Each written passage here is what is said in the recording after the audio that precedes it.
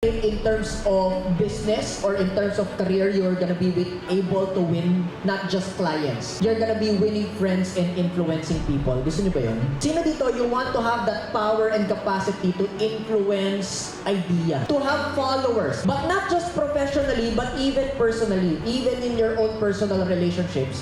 This concept that I'm about to share with you is very powerful as a tool in which you can do so. However, I want you to say the word opportunity. Sino dito naniniwala that there's always opportunity in the world? Sino dito sometimes nagtatanong, bakit ganun? Parang kulang ang opportunity sa buhay ko. Now, can I be honest with you? Yes? A while ago, before break, your activity was an opportunity. An opportunity for your relationships to be better. An opportunity for your family to get closer. Yes or no? But on the basis of your choice. Tanong ko sa inyo, did you actually grab that opportunity by going full out? Because some of you did not. Some of you watched. And it's not about what's right or wrong, good or bad, but it's just a feedback. Can I share to you what that feedback is all about?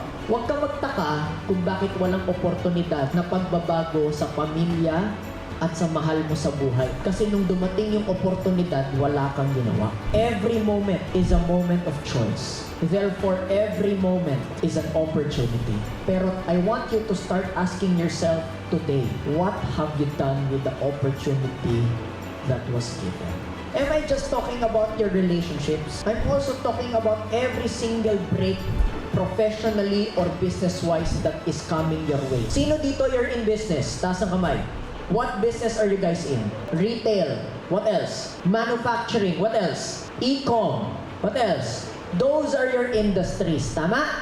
But that's not the business that you're in. You're only in one business and one business alone. Ask me what? Relationship. Without relationships, will you have clients? Without relationships, will you have customers? Without relationships, will you have people buying your product? And yet we spend so much time studying about what? Skills, but we spend no time studying about people.